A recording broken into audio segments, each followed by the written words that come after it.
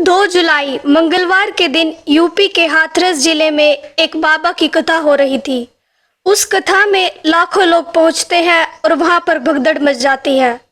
ये भगदड़ इतनी खतरनाक होती है कि बहुत से लोगों की मौत हो जाती है और बहुत से लोग घायल हो जाते हैं। अब सवाल उठता है कि आखिर ये भगदड़ कैसे मची और कौन है ये फेमस बाबा जिसको सुनने के लिए लाखों लोग वहां पर मौजूद थे। क्या है इस बाबा की हिस्ट्री, आखिर इन लोगों की मौत का जिम्मेवार है कौन। चलिए शुरू से शुरू करते हैं। 2 जुलाई को दोपहर 2 बजे यूपी के हाथरस में नारायण साकार हरि बाबा का सत्संग हो रहा था। इस बाबा को उनके भक्त भोले बाबा कहकर भी पुकारते हैं।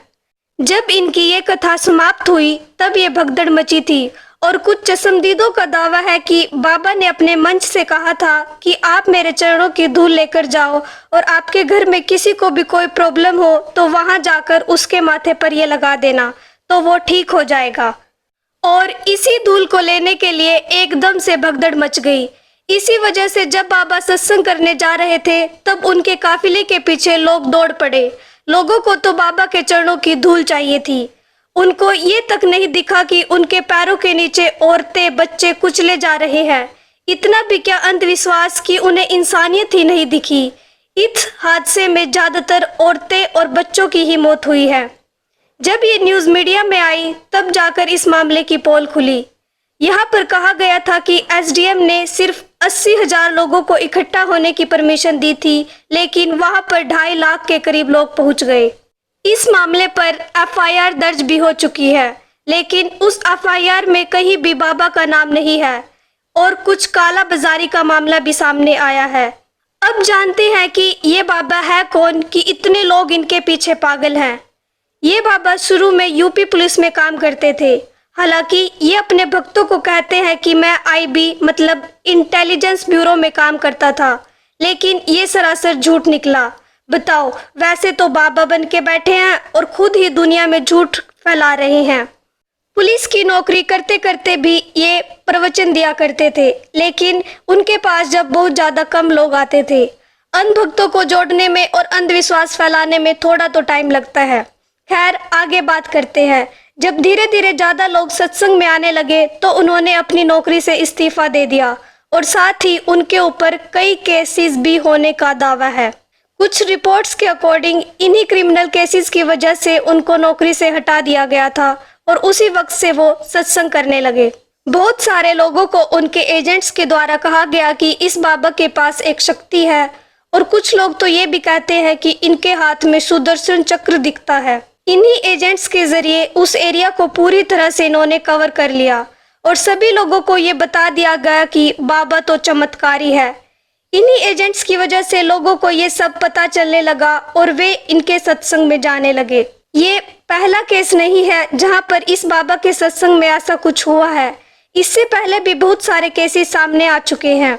जैसे मई 2022 जब कोविड चल रहा था तब बाबा ने सिर्फ 50 लोगों की परमिशन मांगी थी, लेकिन बाबा के सत्संग में 50,000 के करीब लोग आए हुए थे।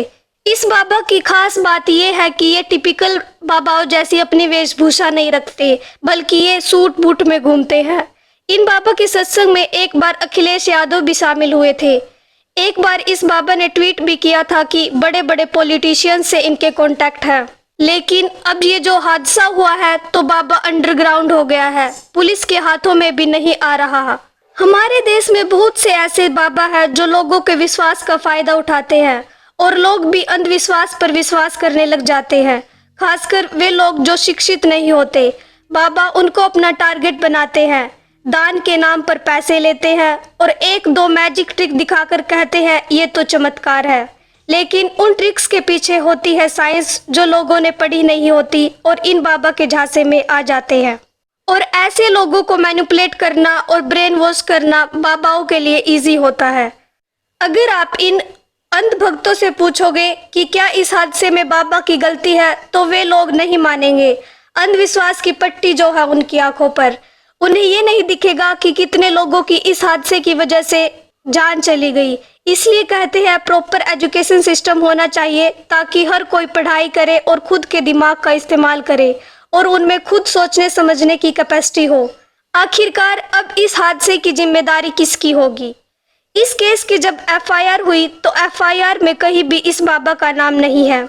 इतना बड़ा हादसा हो गया तो क्या बाबा की कोई जिम्मेदारी नहीं बनती? 80,000 लोगों की परमिशन मांगी थी और पहुंच गए 2.5 लाख लोग, लेकिन बाबा तो गायब हो गया। एफआईआर में सिर्फ ऑर्गेनाइजर का नाम है, लेकिन असल में देखा जाए तो इसमें बाबा की गलती नहीं है, हम जैसे आम जनता की गलती है जो इस अंधविश्वास पर विश्वास करते हैं। खुद का ब्रेन वॉश करके अंधविश्वास पर यकीन करना और चरणों की धूल से कौन सा उनके सारे दुख मिट जाने थे। ये कैसी भक्ति है? वो बाबा भी हम जैसा एक नॉर्मल पर्सन ही है जो हमारे दिमाग को, ब्रेन को मैनिपुलेट करना बहुत अच्छी तरीके से जानता है। इसलिए इन अंधविश्वासों से जागो ताकि आगे जाके ऐसे हादसे कभी ना हो।